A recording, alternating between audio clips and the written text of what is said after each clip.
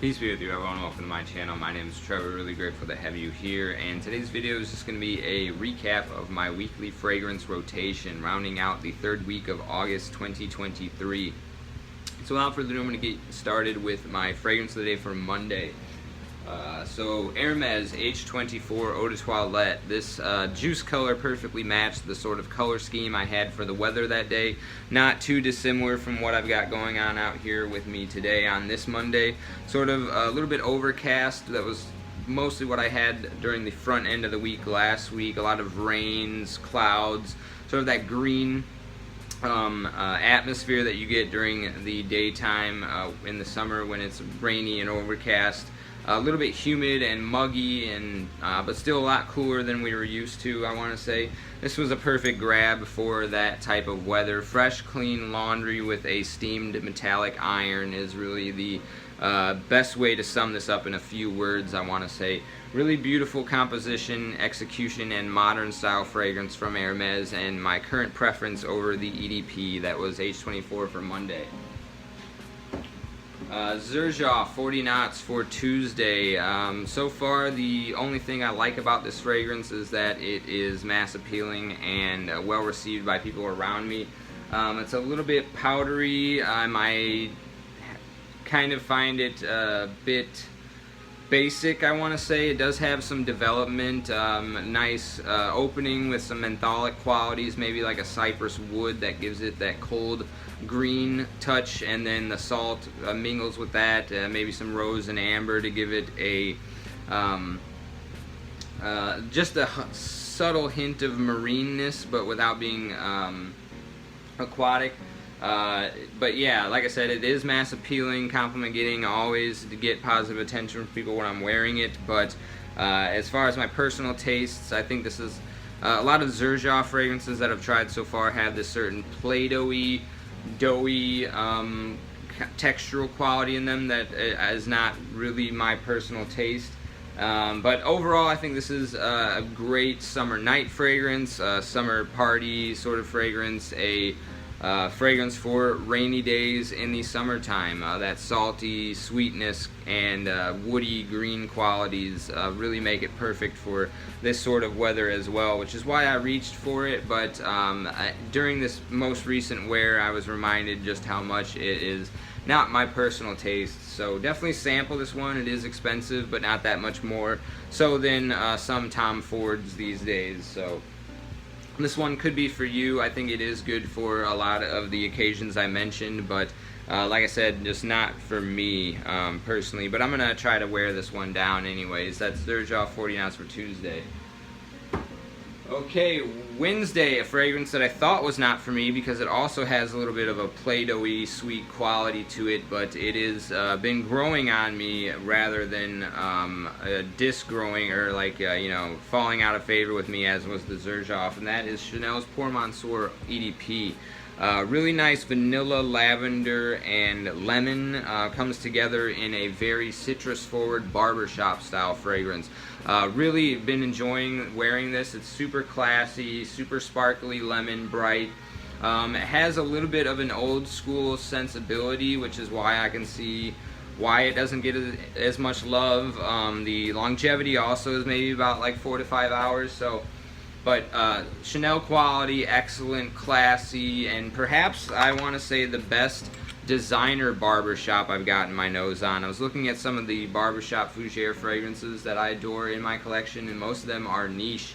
And this one kind of stood out as being one of the exemplar barbershops right alongside the other Chanel Platinum Egoiste. But I find that one's a little bit more work, sterile, serious, kind of atmosphere appropriate, whereas this one I could see being more of a daily driver and something that you could get away with in a little bit more of you know, a playful environment because of the amped up sweetness in here. But great lavender, vanilla, and citrus lemon.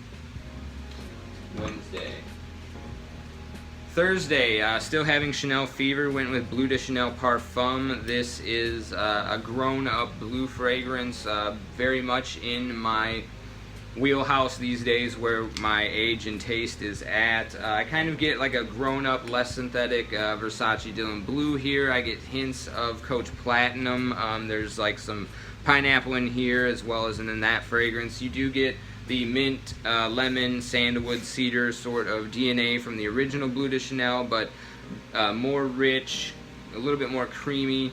The added lavender in here was another way to sort of harken it back to old school masculinity with this offering.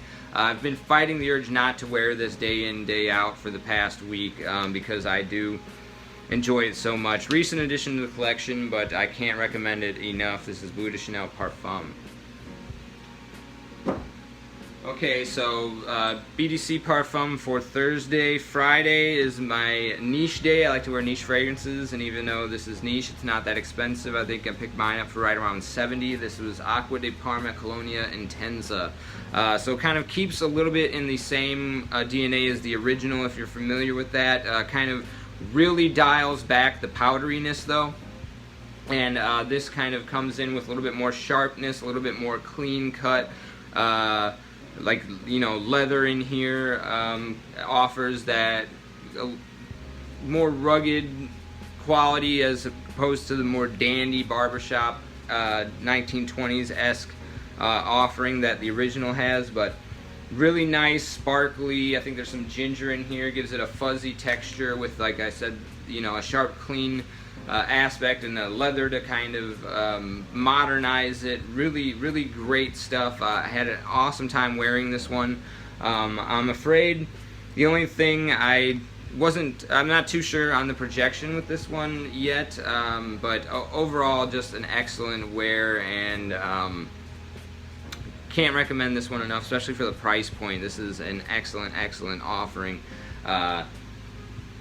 It's just so fresh and invigorating. And yeah, so also by Friday the temperatures have been rising. The rains had stopped by Thursday, and we were really kind of getting beaten by the 90-degree heat, so this was a nice refreshing grab for that sort of weather as well on Friday. Okay, Saturday, nice 90-degree weather still again, but there was a lot of wind, so it was sort of like a picturesque, perfect sort of summer day. I actually went up north, met up with a friend of mine that was in town from out of state.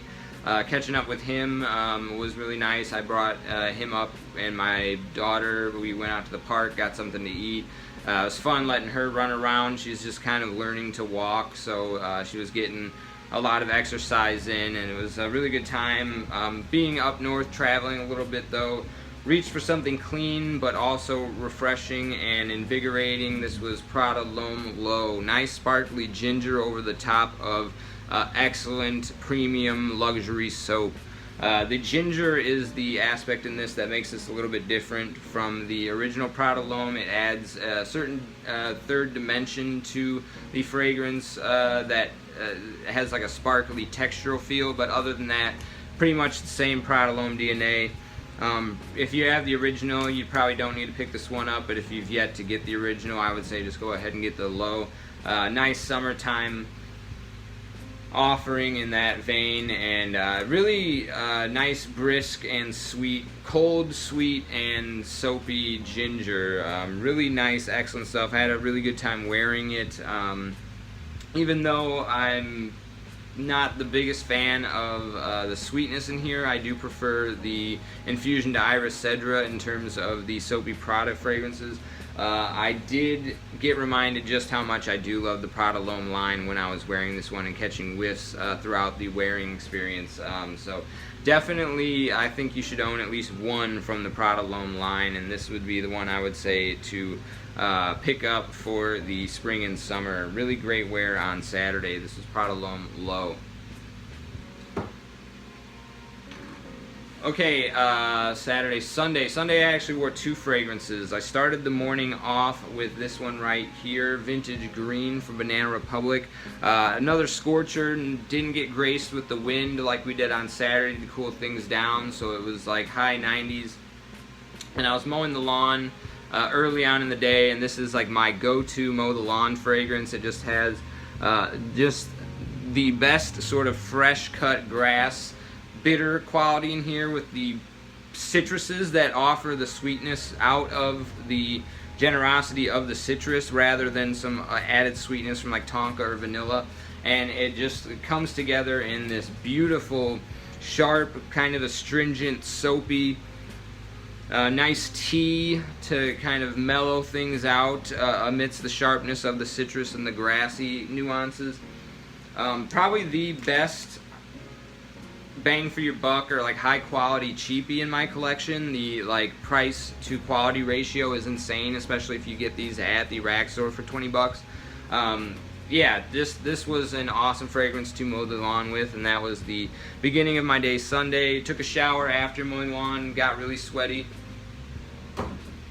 and we were heading over to my parents' house to go swimming. Took my daughter over there to hop in the pool, and being it was hot and we were going to spend some time in the water, decided to finish off the day wearing this one, Roja Parfums Oceania. Really not so much an aquatic fragrance, so even though we were poolside, this isn't particularly necessarily that style summer fragrance. This is really actually more of a powdery, floral, woody citrus, I want to say.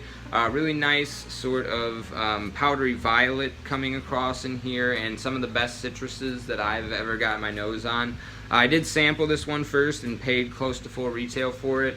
The longevity is, I don't know, hit or miss with me. Sometimes I get a long longevity with this. Yesterday I didn't get the greatest, maybe like 3 to 4 hours, but really nice sort of, I want to say, like a lemon lime shaved ice nuance over the top of a powdery woody floral nuance.